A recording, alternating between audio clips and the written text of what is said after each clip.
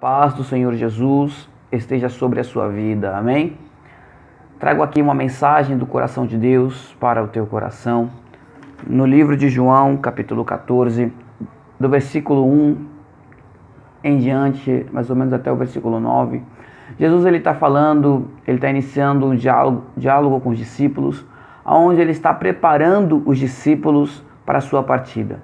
Ele está prestes a ser crucificado e morto, e está prestes a ir para estar à direita de Deus, e os discípulos não o veriam mais.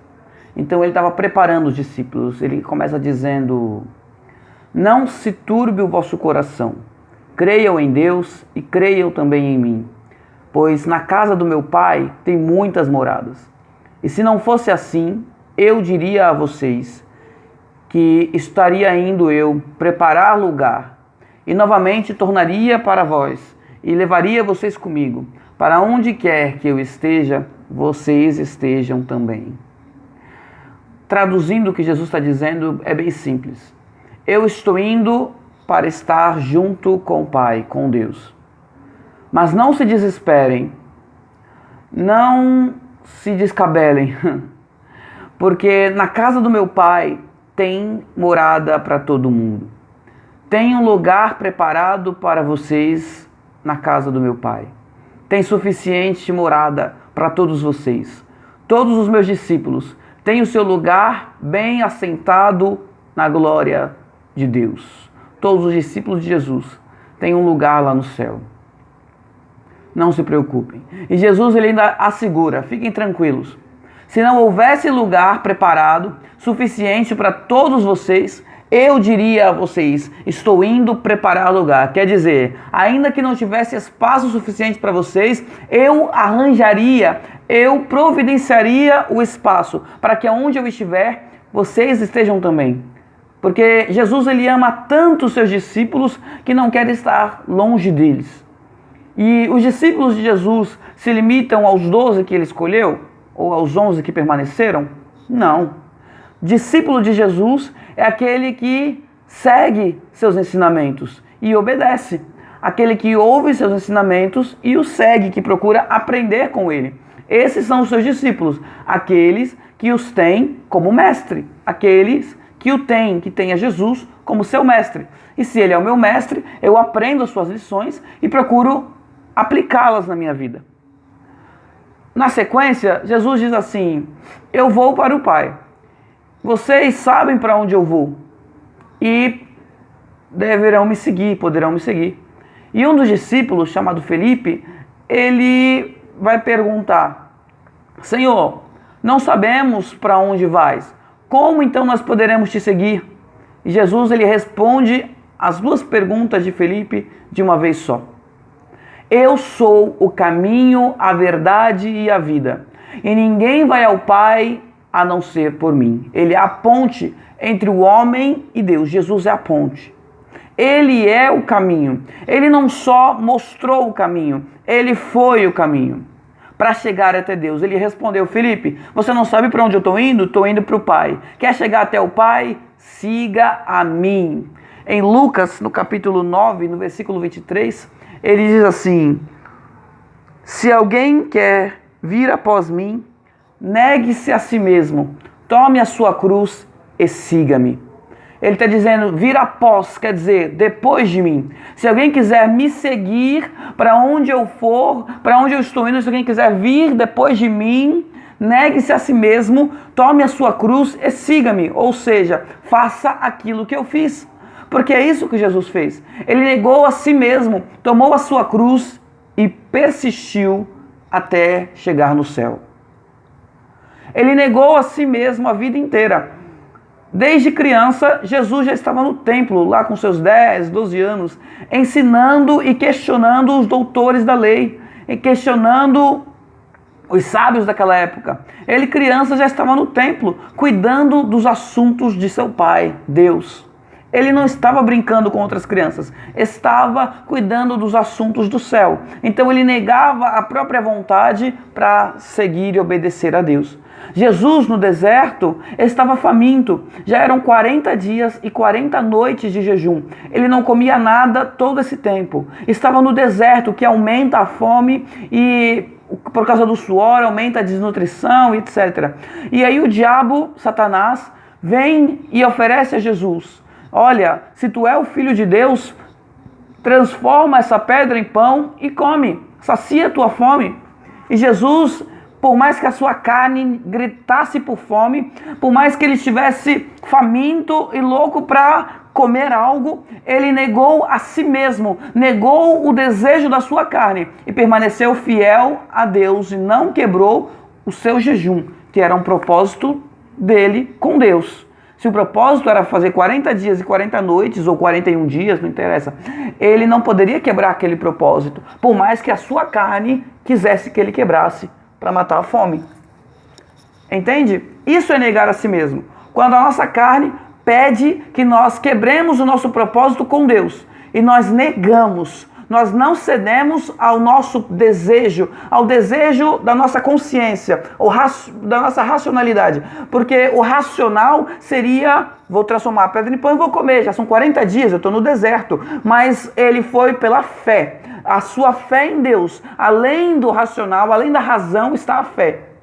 Porque a razão pede que eu veja para que eu creia. A fé pede que eu creia para que então, quem sabe um dia, eu venha ver. Essa é a grande diferença. Então, além da razão, negar a si mesmo é negar a própria razão, negar a própria lógica e tão somente crer no Deus invisível como se ele fosse visível. É o que vai dizer lá em Hebreus, né? Em Hebreus, Paulo ele vai citar, o escritor de Hebreus ele vai citar homens como Abraão, como Moisés, que creram no Deus invisível como se ele fosse visível e palpável.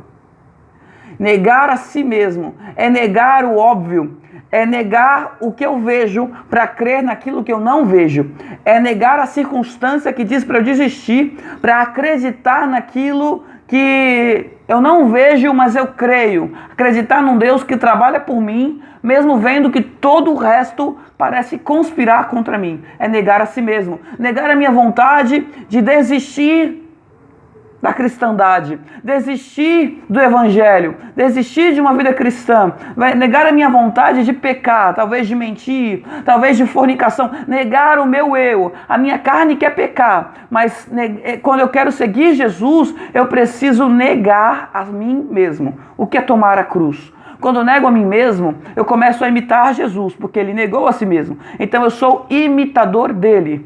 E quando eu imito, Satanás e seus demônios, eles passam a me odiar mais do que o comum. Porque eles já odeiam toda a humanidade. Mas ele começa a me odiar mais, fora do comum, além da conta.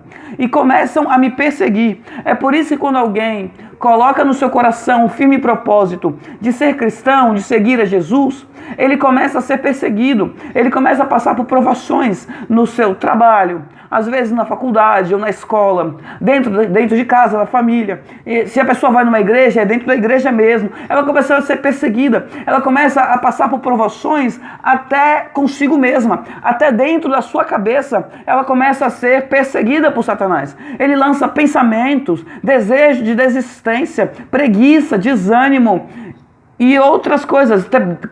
Tenta colocar depressão, tristeza, mágoa, inveja. Entende? Há pessoas de quem a gente esperava as melhores atitudes são quando, infelizmente, em muitos casos, acabamos recebendo aquilo que não esperávamos, né? Esperávamos um apoio e acabamos recebendo apunhalada pelas costas. O diabo ele se levanta e ele começa a usar pessoas que dão ouvidos à voz dele, pessoas que não dão ouvidos à voz de Deus e são facilmente influenciáveis por Satanás para afligir aqueles que decidiram negar a si mesmo, tomar a cruz e seguir Jesus. A cruz é a afronta do diabo. A cruz é o preço. O diabo ele está dizendo: você quer seguir ele? Eu vou te perseguir a tua vida inteira até você desistir. Jesus, ele falou, eu vou morrer por eles. Aí o diabo diz, você vai morrer por eles?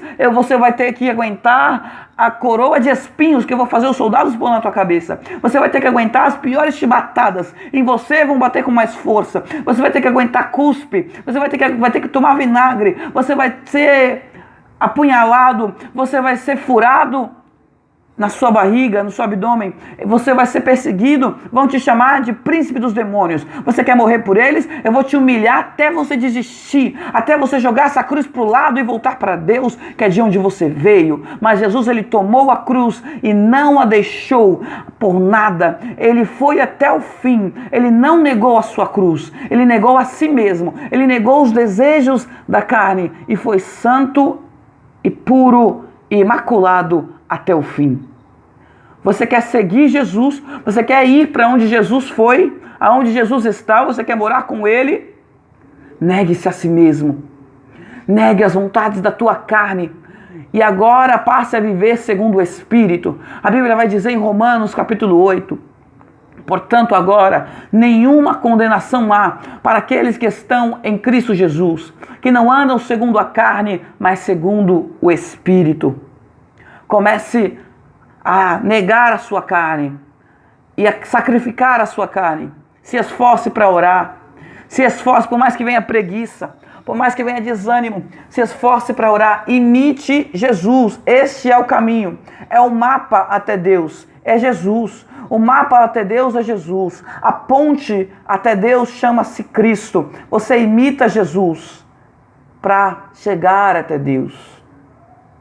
Ele disse, Paulo ele vai dizer, sede meus imitadores como eu sou de Cristo. Porque ele estava dizendo, olhem para as minhas atitudes, são parecidas com as de Cristo, então podem me imitar. Para encurtar essa ponte, era como se ele dissesse, sejam imitadores de Cristo. Mas como vocês não estão vendo, e não, talvez vocês não meditem nas Escrituras, eu medito, então me imitem. É o que Jesus ele veio fazer. Ele veio mostrar para nós a maneira de vencer o mundo. Ele veio e não só mandou que nós amássemos o nosso próximo, ele foi o que mais amou, a ponto de dar a sua vida por seus amigos, como vai dizer em João.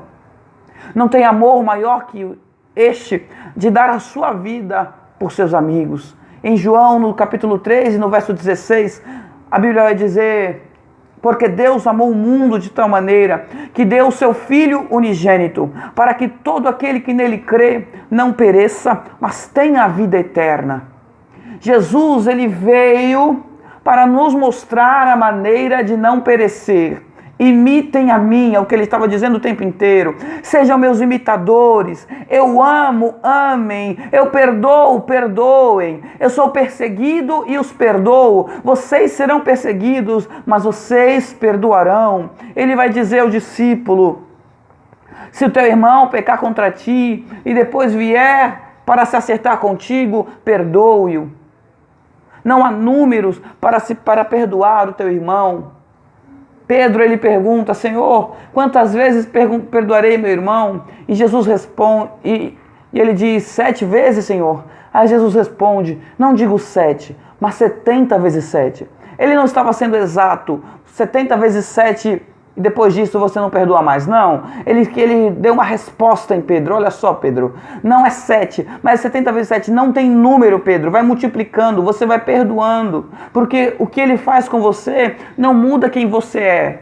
Eu perdoei, vocês perdoarão também. Ele disse, eu venci o mundo, vocês vencerão também. Jesus é o molde para vencer o mundo. Ele é o nosso espelho. Nós temos que copiá-lo para vencer o mundo. Não existe outra maneira de ir morar com Deus, de vencer essa terra e morar junto com Deus, se não for imitando Jesus. Ele disse, sede manso e suave, e humilde de coração como Jesus é, como Ele é. Então, se eu não sou manso de coração, não estou sendo como Jesus e não estou no caminho para o céu. Se eu não perdoo meu irmão, meus irmãos, se eu não peço perdão, eu não estou sendo como Jesus e não estou no caminho para o céu. É simples assim. Tem pessoas que não perdoam e acreditam que estão no caminho para o céu. Mas não é isso que Jesus disse. Ele disse que Ele é o único caminho, Ele é a única verdade. Ou seja, não há outro ensinamento correto que não seja o dele. Ele é a verdade, só Ele é a verdade. Existem outros ensinamentos de que você pode ser cristão e pode ter raiva do irmão, e pode perseguir o irmão, e pode passar a perna em alguém. Não, esses ensinamentos são inverídicos, são inverdades, são mentirosos. Só Jesus é a verdade, como foi dito aqui em João 14. Eu sou o caminho, a verdade e a vida, e ninguém vai a Deus se não for por mim. Tem que imitá-lo. Temos que ser semelhança de Jesus nessa terra. Desde que Deus criou o homem, foi com o intuito de que o homem fosse sua imagem e semelhança, não só em corpo físico, olhos, braços, mãos, mas sua imagem e semelhança em santidade, em vivência. Temos que copiar o caráter de Jesus, viver como ele viveu. João vai dizer, se nós dizemos que somos filhos dele, que somos servos dele, que cremos nele, temos que viver como ele viveu. Se eu digo que amo a Jesus e aborreço o meu irmão, que eu amo a Deus e aborreço o meu irmão, sou mentiroso, porque Deus é amor. Aleluia. Ele é amor. Temos que viver como ele viveu. Jesus foi um homem e é de caráter impecável. Então nós temos que moldar o nosso caráter com o exemplo do caráter dele. O caráter de Jesus não era um caráter mentiroso, então eu preciso moldar o meu caráter para que o meu não seja mentiroso também. O caráter de Jesus não era um caráter traidor, malicioso, invejoso, ciumento. Então o meu caráter, eu preciso moldá-lo todos os dias para que ele seja cada vez mais parecido com Jesus. Quer dizer, então eu tenho que ser perfeito nessa terra? Não. Embora Jesus tenha dito, sede santo como Deus é santo. Ele sabe que enquanto estivermos nessa terra, corremos o risco e o erro de errar. João ele vai dizer, olha, não pequeis, mas se pecardes, tendes um advogado para com Deus, Jesus Cristo o justo. Me perdoe se é João ou se é Pedro que diz isso. Mas ele sabe que nós não somos perfeitos. Por isso que o Espírito Santo vai dizer através de Paulo aos Filipenses, olha, eu sei que vocês ainda não são perfeitos, mas eu tenho certeza que aquele que começou a boa obra em vocês é fiel para terminá-la até o fim. Quer dizer, até o último segundo da sua vida. Ele está trabalhando em você, te transformando, deixando para trás as velhas obras, trabalhando no teu orgulho, trabalhando no teu pecado para que você o deixe, para que você peque cada vez menos, esteja cada vez mais semelhante a ele. Deus criou o homem para ser sua imagem e semelhança. Ele é santo, então temos que ser santos. Sabe, nós vemos, infelizmente, nos dias de hoje, muitas pessoas que acham que estão trilhando o caminho para o céu, mas não estão seguindo após Jesus. Então não estão indo para o céu. Para ir para o céu tem que imitar Jesus, nos mínimos detalhes, no seu caráter. Tem que moldar o caráter à luz de Cristo. Imitando Jesus, sim. Copiando Jesus, sim. Não existe esse negócio de ranço. Não existe esse negócio de fofoquinha. Não existe esse negócio de inveja branca. Jesus é santo, então tenho que ser santo como ele é. Não tem esse negócio, não gosto de fulano, não gosto de ciclano. Não, eu gosto de todo mundo, menos daquela pessoa. Não existe isso. Jesus andava com Judas, sabendo que Judas o trairia. E mesmo assim, ele pegou as suas vestes, molhou numa bacia e lavou os pés do traidor. Lavou os pés daquele que o entregaria para a morte. É assim que temos que lutar para ser todos os dias imitadores de Cristo. Deixa eu te dizer uma coisa. Se você já afirmou no teu coração o objetivo, pois, de ser igual a Jesus, de imitar Jesus, então Deus ele já está na tua vida e você já está no caminho para a salvação. Você já está no caminho para o céu. Se você tem se esforçado, lutado todos os dias para ser como Jesus, viver como ele viveu, para a glória e honra do nome dele, então você já está no caminho para a salvação da tua alma. Você só está aguardando ele vir te buscar. Amém? Deus te abençoe.